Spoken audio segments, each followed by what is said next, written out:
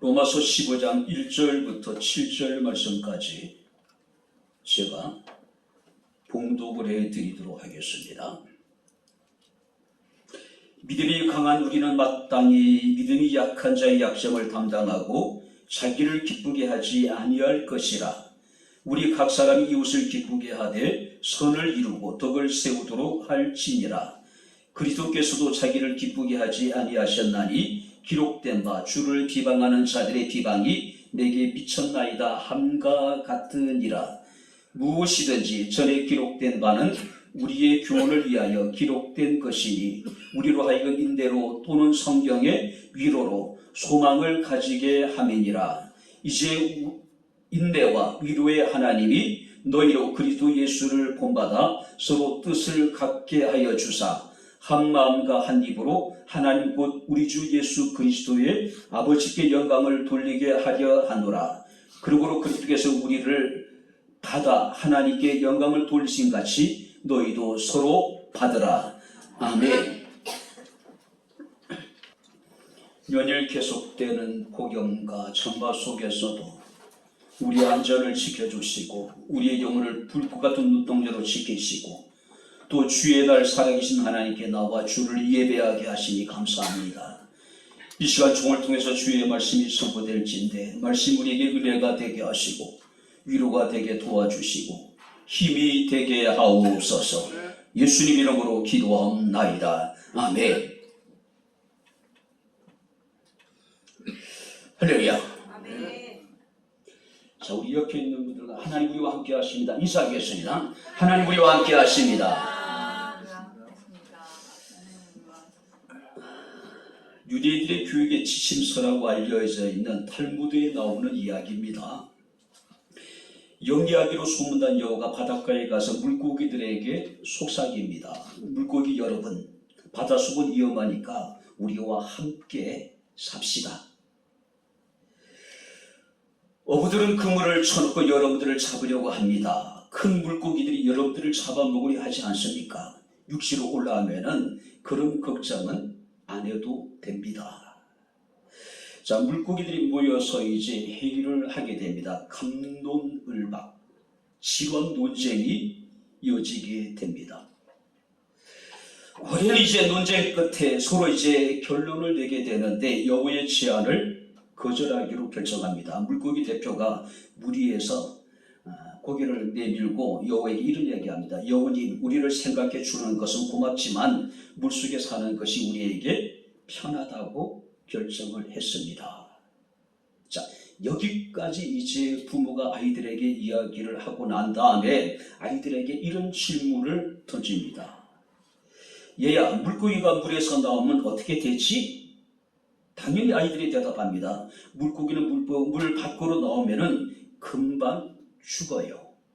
그럼 아버지가 이제 아이에게 이 이야기에 대해서 이제 결론을 내게 됩니다. 뭐냐면은 하나님의 백성으로서 하나님의 택한 선비로서의 유대인의 정체성에 대해서 한마디로 유대인은 유대인답게 살아가야 된다고 하는 겁니다. 어떤 어렵고 힘든 일이 있을지라도 하나님의 택한 선비로서 유대인의 정체성을 버리지 말고 유대인답게 살아가라는 이야기죠. 그러니까 평생의 유대인들은 자녀들에게 수천 년의 역사를 통해서 이렇게 유대인의 정체성에 대해서 힘을 주는 겁니다. 그러니 그들이 2000년 동안 나라를 잃어버렸음에도 불구하고 유대인은 유대인의 정체성을 잃어버리지 않고 결국은 1948년도에 2000년 만에 나라를 다시 건국하게 되는 모습을 우리가 보게 됩니다. 유대인은 유대인답게 살아가야 된다는 겁니다. 그렇다면 우리 그리스도인들은 아무리 어렵고 힘들더라도 그리스도인답게 살아가야 된다고 하는 사실이에요. 자, 5절을 같이 읽겠습니다. 우리 5절 다 같이 읽겠습니다. 이제 인내와 위로의 하나님이 너희로 그리스도 예수를 본받아 서로 뜻이 같게 하여 주사. 자, 여기서 그리스도 예수를 본받아 어떤 얘기일까요? 너희는 그리스도인답게 살아가야 된다. 자, 그렇다면 그리스도인답게 산다고 하는 것은 그리스도 예수를 본받는 삶을 살아간다. 자, 여기서 이 원문을 보게 되면은 여기서 그리스도 예수를 본받는다는 이야기는 그리스도 예수를 따라간다, 따라한다. 자, 그러니까 우리가 무엇을 생각하고 무엇을 행하든지 간에 그리스도 예수를 따라가는 삶. 한마디로 그리스도인들은 따라쟁이라고 어떻게 표현하기도 하더라고요. 철저하게 그리스도를 따라가는 사람들. 그렇죠? 자, 그렇다면 우리가 예수 그리스도는 어떤 분입니까? 성육신하신 독생자이신 하나님의 아들이시죠. 우리 성도들이 본받아야 될 삶의 표준이고 모범이라고 이야기를 합니다. 근데 성경 말씀을 보게 되면은 예수를 따르는 무리들을 크게 우리가 두 부류로 구분을 합니다. 첫 번째는 뭐냐면은 무리가 있어요. 두 번째는 여러분들이 예수 그리스도의 제자가 있습니다.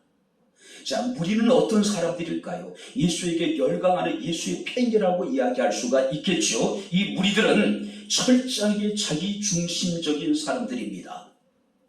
그들이 예수를 따르는 이유는 단 하나입니다. 자기 자신에게 이익이 되기 때문에 그래요. 그래서 우리가 요한복음 6장 26절 말씀을 보니까 예수께서 무리에 대해서 이렇게 말씀합니다. 너희가 나를 찾는 것은 표적을 본 까닭이 아니요 떡을 먹고 배부른 까닭이로다. 그러니까 무리들이 예수를 쫓았던 이유는 간단합니다. 바로 예수 그리스도를 따름으로 인해 가지고 자신들이 예수를 통해서 떡을 얻고 배부른 까닭이었기 때문이라는 것이죠. 만약에 이것이 충족되지 않으면 무리들은 언제든지 예수 그리스도를 떠날 수 있는 사람들이에요. 실제적으로 예수 그리스도께서 생명의 떡이라고 말씀합니다. 예수 그리스도의 십자가의 고난과 죽으심에 대해서 말씀을 하셔요. 그때부터 주의 제자들이 다 예수를 떠났다라고 이야기하고 있는 겁니다.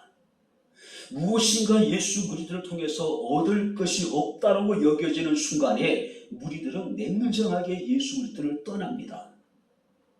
자, 반면에 제자들은 어떤 사람들일까요? 자신의 이익을 구하지 않고 철저하게 예수 중심의 삶을 살아가는 사람들. 자, 무리들은 자기를 위해서 예수를 믿는 사람들이지만은 제자들은 예수를 위해서 예수를 믿는 사람들이에요. 그렇다면은 오늘을 살아가고 있는 우리는 어떤 모습일까요? 많은 무리 중에 하나로 아니면 예수 그리스도의 제자로서 우리의 예수를 따르는 사람도 있을 것입니다. 근데 성경은 우리에게 얘기합니다. 그리스도 예수를 본받으라고요. 우리가 예수의 제자가 되란 이야기예요. 예수를 따라가는 예수의 사람이 되란 이야기죠. 자, 우리가 예수의 사람이라고 하는 것은, 예수를 본받는 삶이라고 하는 것은 교회라고 하는 한정된 공간 안에서만 우리가 예수의 사람이 되는 것이 아닙니다. 우리의 일상의 모든 생활 속에서 우리는 그리스도를 닮는, 그리스도를 따라가는 그리스도의 제자가 되어야 된다는 것이죠. 우리가 로마서를 보게 되면은 바로 구원을 받은 이방인들을 향한 메시지입니다. 이방인과 유대인의 벽을 거시고 하나님께서는 이방인과 유대인들에게 차별이 없는 한 은혜를 베풀어 주셨습니다. 그래서 사도 바울 로마교회 성도들에게 너희는 솔선수범해서 사랑의 봉사를 실천함으로 너희는 한 몸이 된 것을 드러내라. 그러기 위해서는 너희가 예수 그리스도를 본받는 자가 되라고 말씀하고 있습니다. 그렇다면 오늘 본문 속에서 우리가 예수 그리스도를 본받는 사람의 삶이 어떠해야 될까? 누가 예수 그리스도의 제자가 될 수 있을까? 우리가 몇 가지로 함께 살펴보면서 은혜를 나누도록 하겠습니다. 자, 먼저 1절을 우리 다시 한번 같이 읽겠습니다. 믿음이 강한 우리는 마땅히 믿음이 약한 자의 약점을 담당하고 자기를 기쁘게 하지 아니할 것이니라. 자, 예수 그리스도를 본받는 자, 예수를 따르는 예수 그리스도의 제자는 어떤 사람들입니까? 성경 말씀을 보게 되면은 마땅히 믿음이 약한 자의 약점을 담당하고. 자, 여기서 약점이라고 하는 것은 주저하는 것, 의심하는 것, 육체적인, 정신적인 여러 가지 어떤 연약함들을 의미하고 있습니다. 이 약점에 대해서 마틴 루터는 결함이 있어서 부서지기 쉬운 것, 심각한 결함이 있어서 쉽게 부서질 위험이 많은 것들, 이것을 약점이라고 표현합니다. 이것들을 너희가 담당하라. 담당한다는 이야기는 짊어진다는 이야기입니다. 그 약점을 내 것으로 받아들인다는 이야기예요. 이사야 53장 6절 말씀을 보게 되면은 우리 무리의 죄악을 그에게 담당시키셨도다.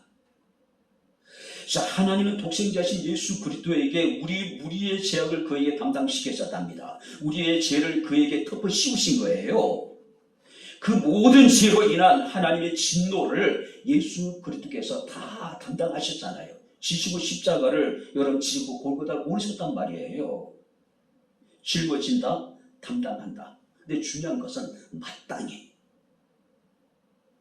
굉장히 의미심장한 말씀입니다. 이 마땅이라고 하는 것은 빚을 지다 해야만 한다는 뜻을 가지고 있어요. 내가 원하는 대로 하고 싶으면 하고 말고 싶으면 말고 이것이 아니란 이야기예요.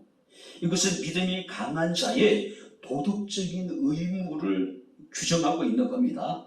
강한 자가 약한 자의 약점을 담당하라고 하는 것은 단순한 권면이나 권고가 아니라 반드시 의무적으로 수행해야 될 우리에게 주어진 의무란 이야기예요.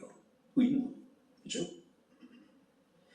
그래서 사도 바울은 갈라디아서 6장 2절에 이르기를 너희가 짐을 서로 지라 그리하면 그리스도의 법을 성취하리라. 한번 따라해 보시기 바랍니다. 너희가 짐을 서로 지라. 할렐루야. 짐이라고 하는 그 자체는 모든 사람들에게 불편한 거예요. 말 그대로 짐이 됩니다. 근데 사도 바울은 로마교회 성도들에게 믿음이 강한 우리는 마땅히 믿음이 약한 자의 약점을 담당하라고 이야기하고, 사도 바울은 갈라디아 교회 성도들에게 너희가 짐을 서로 저출하고 이야기하고 있는 겁니다. 마치 그 짐이 나의 것인 것 마냥, 내가 그에게 빚을 진 것처럼 우리가 그것을 마땅히 지란 이야기예요. 마땅히. 그죠? 여러분들 혹시 우분투라고 하는 이야기를 들어보셨습니까? 어느 민속학자가 아프리카의 한 마을에 가서 부족에 있는 아이들을 불러 모읍니다. 그리고 한 가지 제안을 해요. 멀리 떨어져 있는 나무 옆에 아이들이 좋아하는 온갖 탐스러운 과일과 과자 바구니를 거기다 이제 놓고 제일 먼저 달려가는 아이에게 그것을 다 먹을 수 있는 그런 어떤 이제 경주를 하게 됩니다. 부족의 아이들이 모두가 다 이제 출발선에 서게 됩니다. 미술학자의 시루에 따라서 아이들이 달리기 시작해요. 근데 학자의 기대가 완전히 어긋나게 됩니다. 아이들에게서 그 귀한 과일, 그 맛있는 과자를 얻기 위해서 정말 사력을 위해서 아이들이 뛰어나갈 줄 알았는데, 아이들은 손에 손을 잡고 발을 맞춰서 한 걸음씩 한 걸음씩 과일이고 과자가 있는 그 나무를 향해서 나갑니다. 그리고 아이들은 그곳에 가지고 삥 둘러 앉아가지고 그 미술학자가 준비한 과일과 과자를 함께 나눠 먹는 거예요. 자, 민속학자가 굉장히 당황했겠죠. 그래서 물어봤습니다. 누구든지 제일 먼저 달려가는 사람에게 바구니에 있는 것을 다 가질 수 있는 권리가 주어졌는데 왜 너희는 손을 갖고 달려간다냐? 치열한 경쟁사에 사는 우리 아이들에게는 이해할 수 없는 현상이잖아요. 그죠? 오늘 우리는 약육 강식의 시대를 살아가고 있잖아요. 살아남기 위해서는 상대방을 짓밟아야 됩니다. 누구보다도 먼저 달려가는 것이 오늘 우리들의 세대예요. 근데 아이들이 그런 이야기합니다. 다른 사람이 모두 슬픈데 어떻게 혼자만 행복해질 수 있습니까? 그리고 그들이 외칩니다. 우분투, 우분투, 우분투. 그 뜻이 뭐냐면은 당신이 있기에 내가 여기 있습니다. 당신이 있기 때문에 내가 있을 수 있다는 이야기입니다. 이 우두 사상은요, 바로 사람들의 관계를 헌신하는 굉장히 중요하게 여기는 아프리카 전통의 윤리 사상이라고 이야기하더라고요. 평화운동에 여러분들이 뿌리라고 이야기를 합니다. 타인과 내가 얽혀 있다라고 하는 유대감. 마치 우리가 열리지라는 것이 있잖아요. 두 나무가 함께 이제 한 그 나무 줄기를 만들어 나가는 것. 전혀 다른 나무가 서로 붙어가지고 하나로 이어지는 것. 그러니까 아프리카의 우분투라고 하는 것은 그런 사상이라는 것이죠. 다른 사람들을 돕는 자비심, 열린 마음으로 다른 사람의 생각을 인정할 줄 아는 관용 정신이 바로 이 우분투 정신이라고 이야기를 합니다. 당신이 있기에 내가 있을 수 있다라고 하는 것. 강한 자들도 약한 자의 약점을 담당하는 것은 약한 자들이 있기 때문에 내가 존재할 수 있다는 것이죠. 또 약한 자들도 강한 사람이 있기 때문에 내가 존재할 수 있다고 하는 것이죠. 흔히 그런 얘기합니다. 혼자 가면 빨리 가지만 함께 가면 멀리 갈 수 있다라고 이야기를 하죠. 오직 우리의 사이는 어떻습니까? 혼자 튀어나야 돼요. 혼자 여러분들 앞에 달려나가야 돼요. 이것이 오늘 우리의 사이잖아요.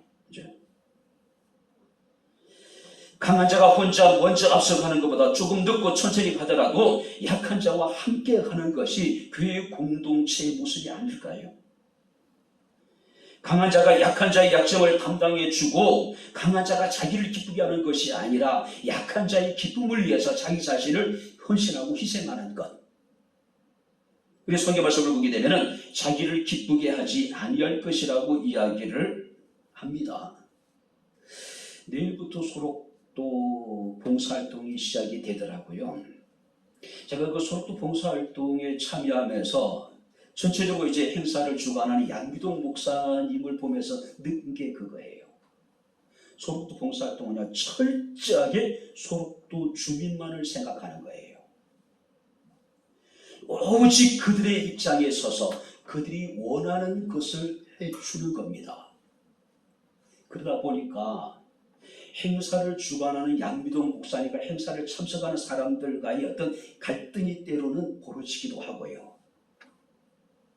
예전에는 목사님 팀이 그냥 단체로 그냥 소록도를 빠져나가는, 그러니까 목사님들을 생각하고 소록도 주민을 위한 봉사활동을 주관하고 있는 양미동 목사님의 생각이 좀 달랐던 거예요. 저는 학생들을 데리고 청년들을 데리고 봉사활동을 참여하는 입장에서 그래도 우리 학생들 입장에서 우리 청년 입장에서 뭔가 좀 해주고 싶은데 그런 것이 용납되지 않는 거예요. 오직 소록도에 계신 그분만을 생각하고 그분들의 입장에서 그분들이 원하는 것을 해주는 겁니다. 바로 여기서 강한 자가 약한 자의 약점을 담당하는 것은 그런 것이 아닐까요? 사람이 약하고 가난해지면요, 남는 것은 자존심밖에 없더라고요. 근데 만약에 강한 자가 약한 자의 자존심을 상하게 하고 오직 자신의 기쁨을 위해서 무엇인가를 한다면 그 약점을 담당한다는 것은 현실적으로 불가능한 것이죠. 사도 바울은 고린도전서 10장 32절에 이런 이야기를 합니다. 유대인에게나 헬라인에게나 하나님의 교회나 거치는 자가 되지 말고 나와 같이 모든 일에 모든 사람을 기쁘게 하여 자신의 유익을 구하지 아니하고 많은 사람의 유익을 구하여 그들로 구원을 받게 하라. 자, 누구에게든지 거치는 자가 되지 말고, 특별히 여기서요, 유대인이나 헬라인에게나 또 하나님의 교회나, 자, 유대인은 자신의 동족입니다. 헬라인은 이방인들이에요. 하나님의 교회는 믿음으로 하나 된 신앙의 공동체를 말하는 겁니다. 교회 안에서나 우리 가족들에게나 또 여러분들이 우리가 잘 알지 못하는 사람들에게 누구에게도 거치는 자가 되지 말라는 이야기예요. 오히려 모든 일에 모든 사람을 기쁘게 하여 자신의 유익을 구하는 것이 아니라 많은 사람의 유익을 구하여 저희로 구원을 얻게 하라고 말씀하고 있습니다. 예수 그리스도께서 우리의 모든 약점을 담당해 주셨습니다. 할렐루야. 우리의 죄와 우리의 허물과 우리의 질병과 우리의 저주를 담당해 주었대요. 그렇다면 이제는 우리 믿는 자들이, 믿음이 강한 사람들이 약한 자들의 약점을 담당해 주는 것이 마땅하다는 이야기예요. 오늘 세상의 사람들은 다른 사람들의 약점을 이용합니다. 그런데 우리가 그리스도의 제자들은, 그리스도를 닮은 사람들은 다른 사람들의 약점을 담당해 줍니다. 다른 사람들은 다른 사람들의 약점을 들추어내서 비난하고 비판하고 정죄합니다. 그러나 그리스도인들은 약한 사람들의 약점을 담당해서 선을 이루고 덕을 세우게 될 것이라고 여기에 말씀하고 있습니다. 오늘 백향목교회는 지금까지 그래 왔던 것 같아요. 정말로 어렵고 힘들 때에도 그래도 우리 주변에 우리보다 더 어렵고 힘든 교회들, 힘든 어렵고 환경 속에서 그리스도의 사랑을 전하고 있는 곳에 주의 사랑을 전하는 일을 해왔습니다. 지금까지 그래왔던 것처럼 더 크고 더 아름다운 선한 일을 통해서 약한 자들의 약점을 담당할 수 있는 믿음이 좋은 우리 백향목교회 성도들이 될 수 있기를 주의 이름으로 축원합니다. 이것이 그리스도를 닮는 사람들의 모습이에요. 두 번째 말씀을 보시기 바랍니다. 우리 4절을 우리 다시 한번 같이 읽겠습니다. 누구든지 전에 기록된 바는 우리의 교훈을 위하여 기록된 것이니 우리로 하여금 인내로 또는 성경의 위로로 소망을 가지게 함이니라. 우리가 그리스도를 닮고자 하는 목적은 뭡니까? 우리에게 영생에 대한 소망이 있기 때문이죠. 그죠? 그런데 이 영광스러운 소망을 이루기 위해서는 인내가 필요하대요. 성경의 위로가 우리에게 반드시 필요하다는 이야기예요. 왜 우리에게 인내가 필요하고 왜 우리에게 성경의 위로가 필요할까요? 3절은 이렇게 기록하고 있습니다. 그리스도께서 자기를 기쁘게 하지 아니하셨나니 기록된 바 주를 비방하는 자들의 비방이 내게 미쳤다 함과 같으니라. 그리스도를 닮고 그리스도를 따라가다 보면은 어쩌면은 세상 사람들에게 비방을 당하는 것은 필연적이에요. 그죠? 여기서 비방이 미쳤다는 이야기는 남을 헐어서 또 여러분들이 욕을 한다. 남을 헐뜯고 욕을 한다는 의미예요. 무릇 경건하게 살고자 하는 자는 핍박을 받을 것이라고 말씀하고 있습니다. 세상에 너희가 환난을 당할 것이라고 이야기해요. 그렇기 때문에 우리가 그리스도의 여러분들이 닮아가고 또 우리가 영광스러운 영생에 대한 소망을 이루기 위해서는 인내가 필요하고 성경의 위로가 절대적으로 필요하다는 이야기죠. 인내가 없으면 소망을 이룰 수 없습니다. 위로가 없으면 소망도 가질 수가 없습니다. 근데 누가 우리를 인내하게 하시고 누가 우리를 위로해 줄 수 있습니까? 바로 그것은 우리가 믿는 우리 주 예수 그리스도란 사실이에요. 자, 그렇기 때문에 우리는 우리 가운데 나타나신 하나님의 위로와 하나님 우리에게 주신 여러분들이 소망을 다른 사람들에게 전해야 될, 나타내야 될 사명이 우리에게 있다는 것이죠. 바울은 로마서 5장 3절 4절에서 이런 얘기합니다. 우리가 환난 중에도 즐거워하나니 이는 환난은 인내를, 인내는 연단은 소망을 이루는 줄 압니다.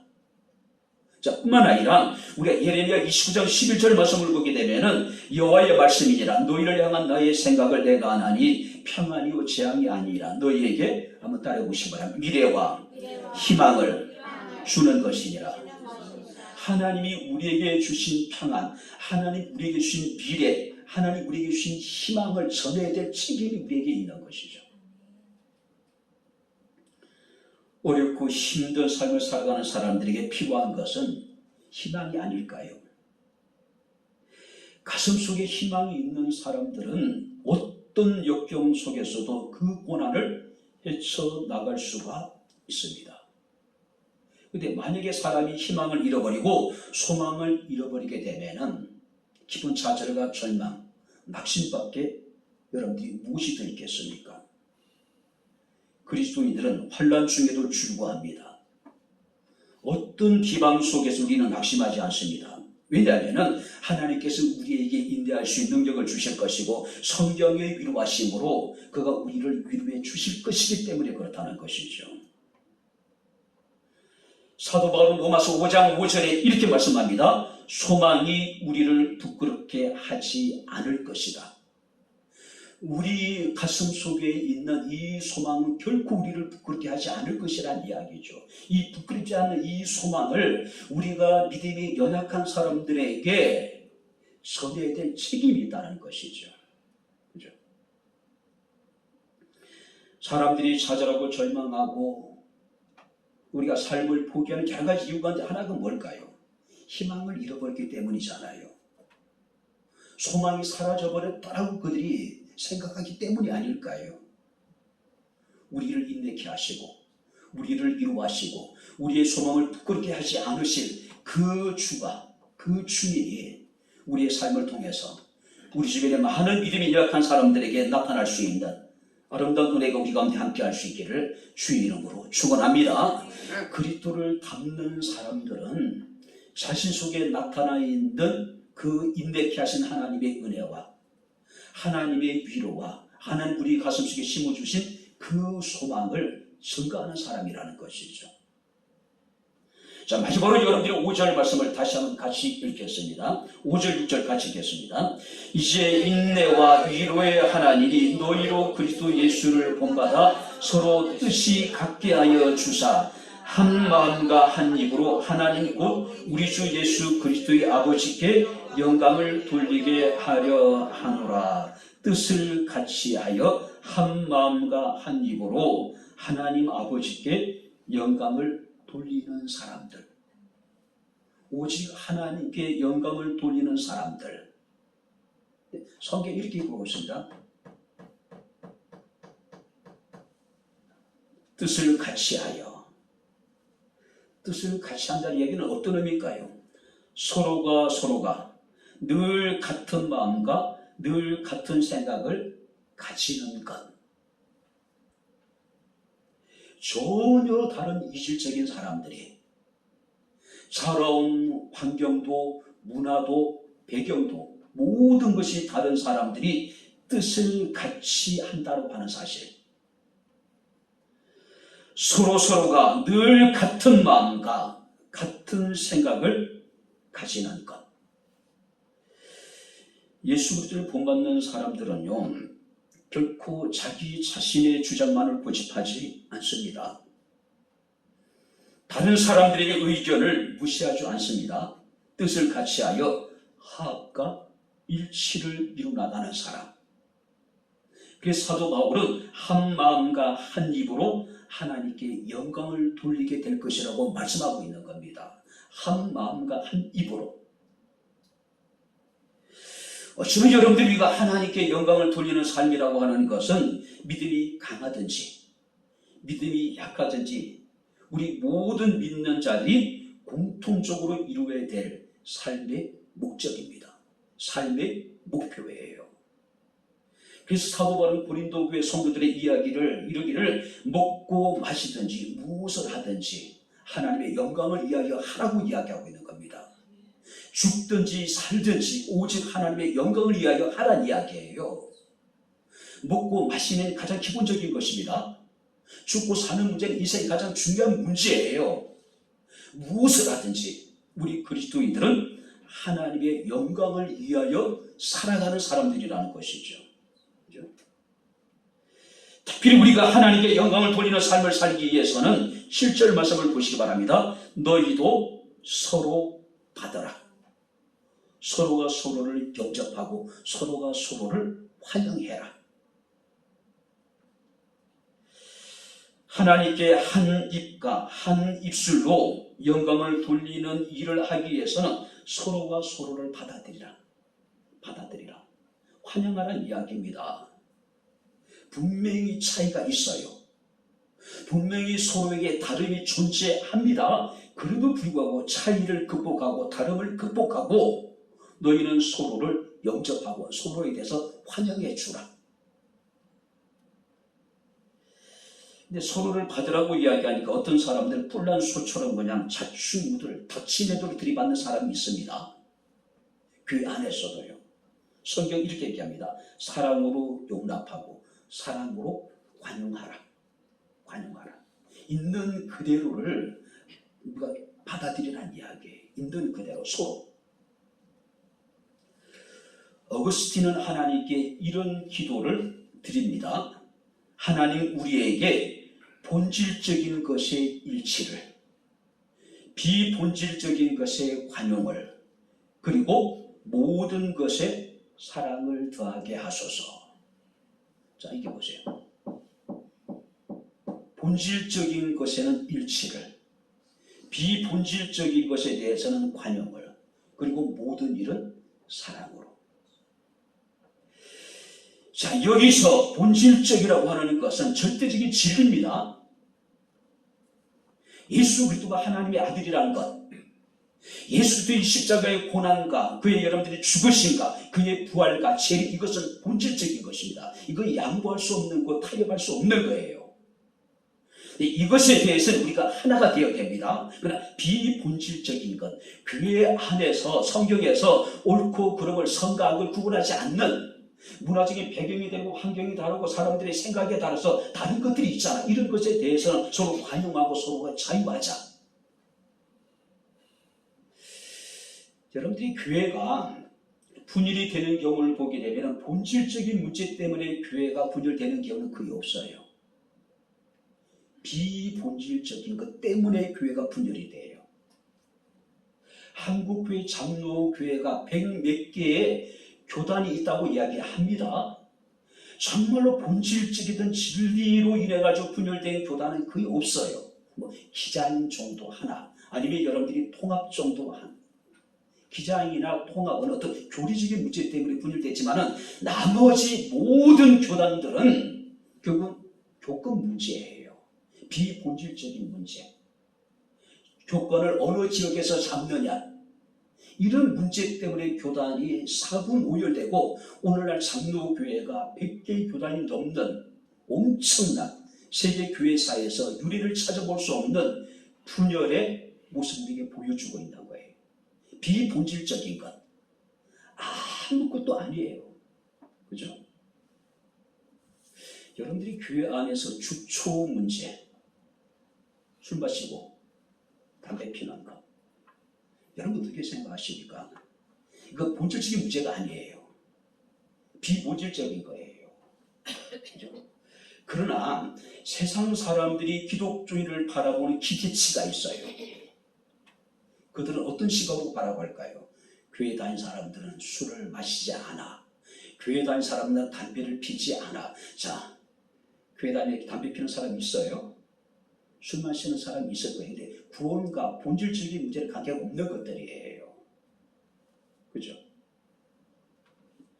오늘 여러분들이 예전에 우리가 마룻바닥에서 방석을 놓고 앉아 예배드렸습니다. 오늘 한국교회가 지금 여러분들이 앉아 계신 그 의자가 들어오기 시작했어요. 보수적인 교회 장로님들이 난리가 난 거예요. 어떻게 하나님께 경건한 예배를 드리는데 의자에 앉아가지고 예배를 드리느냐, 무릎을 꿇고 드려야 되는데, 그 때문에 교회가 분열되는 경우도 있어요. 그 비본질적인 거예요. 교회 카페트를 까는데 빨간 거 까느냐 파란 거 까느냐, 이런 문제 가지고 비본질적인, 아무 문제도 아니고 구원과 관계가 없는 거잖아요. 그죠? 본질적인 것에는 일치를, 아니 비본질적인 것에 대해서는 관용하고 서로 자유하고, 그리고 모든 것을 사랑에 더하라.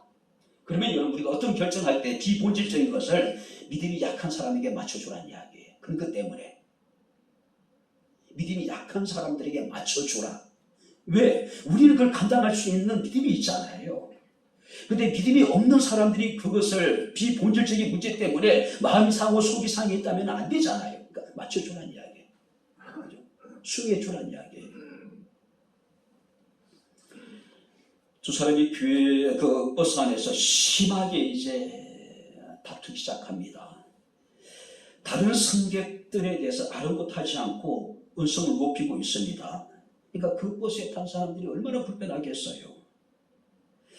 한 중년 남자가 정거장에서 버스를 내리면서 다투는 사람을 향해 소리쳤습니다. 여기가 교회인 줄 알아? 여기가 교회인 줄 알고 싸우고 있느냐고. 왜 이런 얘기를 할까요? 안 믿는 사람들의 눈에 비춰진 교회라고 하는 것은 다툼의 장소로 인식되어져 있는 거예요. 세상에서 큰 다툼은 작게 보이지만 교회 안에서의 작은 다툼도 세상 사람들은 크게 봅니다. 그렇죠? 자, 그렇기 때문에 오늘 성경 우리에게 말씀을 하고 있습니다. 뜻을 같이하여. 할렐루야.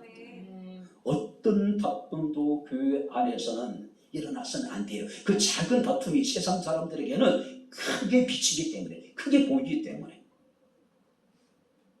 오직 하나님의 영광을 위하여서 자신의 생각을 조금 여러분들이 내려놓는 겁니다. 대화와 양보와 타협을 통해서 하나의 일치를 이루어나가는 겁니다. 그리고 하나님의 영광을 돌리는 거예요.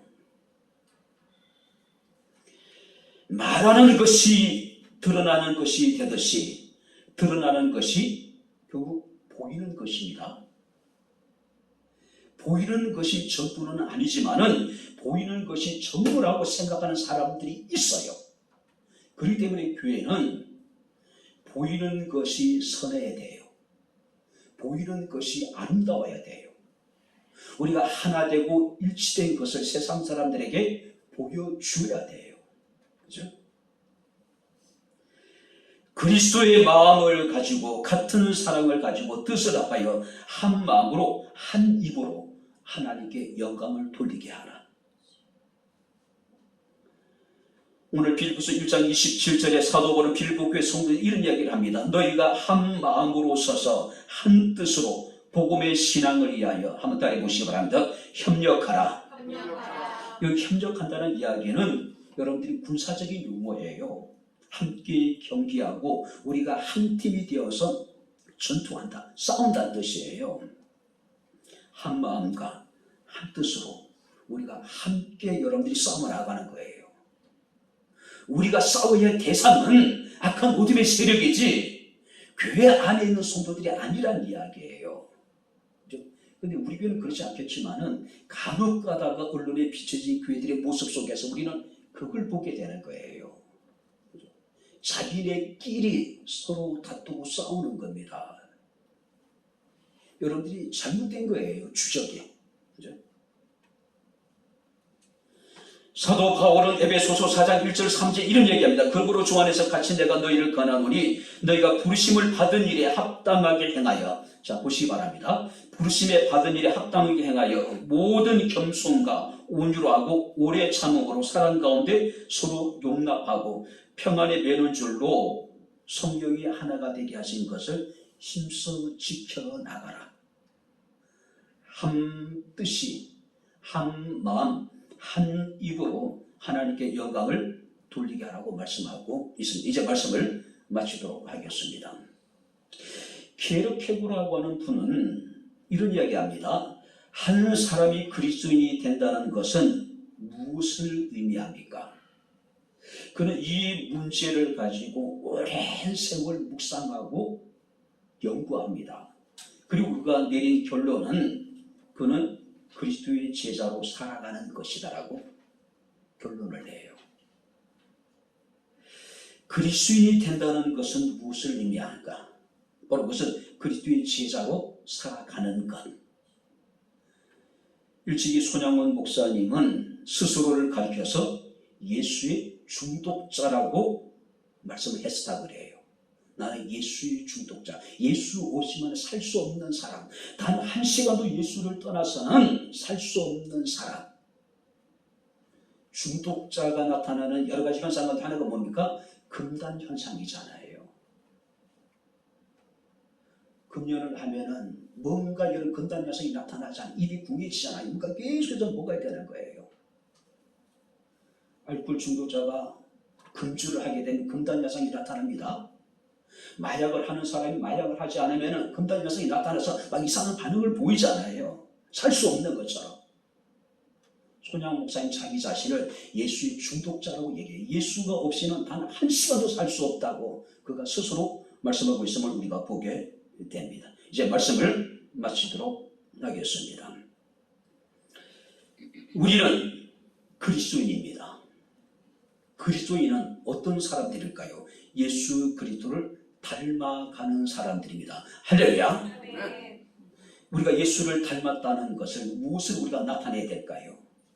믿음이 강한 자가 믿음이 약한 자의 약점을 담당해 주는 것. 오직 위로와 인내로 우리 가운데 하나님이 심어주신 그 소망을 다른 사람들에게 증거하는 삶. 그리고 한 마음과 한 입으로 하나님께 영광을 돌리는 사람이 예수 그리스도를 닮는 사람들입니다. 주님 앞에 서시는 그날까지 교회 안에서 또 세상에서 약한 자의 약점을 담당하고 인내와 위로의 소망을 사람들에게 전하고 한 뜻과 한 입으로 하나님께 영광을 돌리는 저와 여러분들의 삶이 되어질 수 있기를 주의 이름으로 축원합니다. 기도하겠습니다. 좋으신 나의 아버지 하나님, 우리 아버지 하나님의 은혜와 사랑을 진심으로 감사합니다. 우리가 그리스도를 담는 그리스도의 제자의 삶을 살아갈 수 있도록 저희들에게 은혜를 더하여 주시기를 원합니다. 오직 예수 그리스도를 본받아서 약한 자의 약점을 담당하며 그리스도를 본받아서 위로와 인내로 소망을 나누게 하시고 서로 뜻을 같이하여 한 마음과 한 입으로 하나님께 영광을 돌리는 백향목교회 모든 성도들이 되게 하옵소서. 예수님 이름으로 기도합나이다. 아멘. 이제는 우리 주 예수 그리스도의 은혜와 하나님의 크신 사랑과 성령님의 교통 교전의 제 충만 역사 인도하심이 그리스도를 닮기를 원하는 백향목교회 살아가는 모든 성도들 머리머리 위에 저들의 가정과 직장과 사업장과 이 교회와 이 나라 이 민족 위에 지금부터 영원토록 함께 있을지어다. 아멘.